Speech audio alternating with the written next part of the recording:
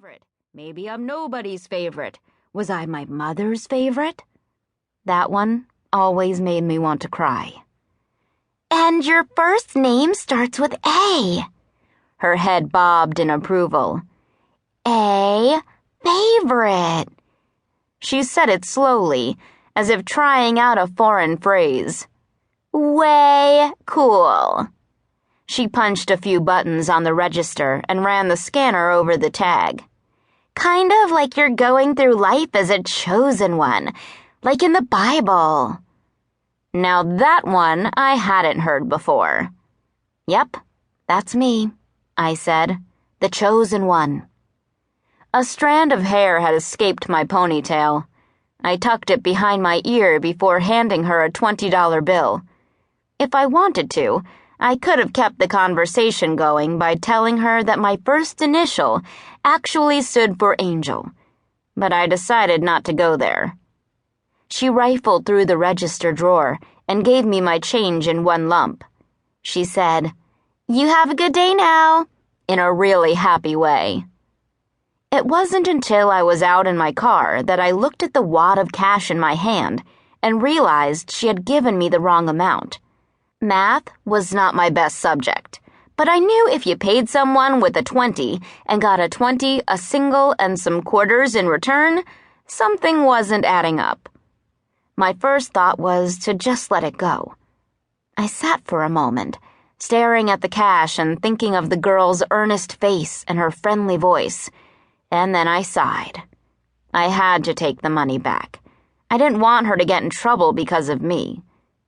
I tossed my wallet on the front seat of the car and got out with car keys and money in hand, not even bothering to lock the door. The Honda was the only car in the lot and just 20 feet from the front of the store.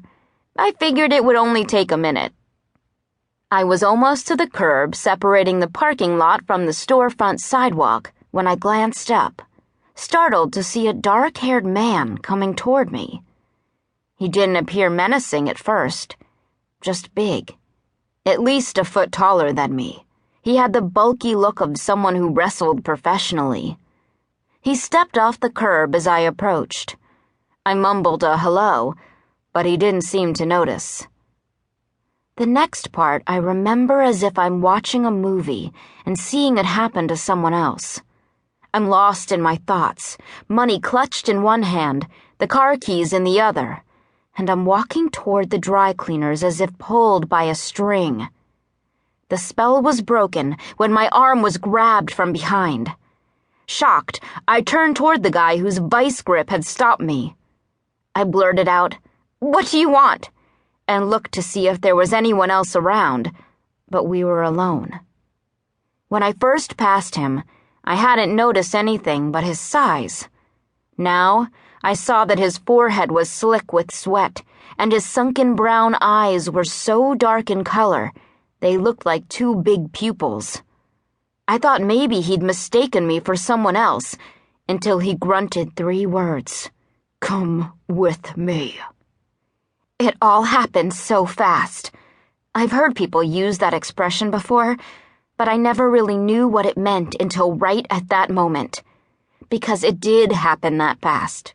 In an instant, I thought of the girls you hear about in the news, the ones who were abducted and raped, and how they tell you never to go anywhere with an attacker unless you want to end up dead. "Let go!"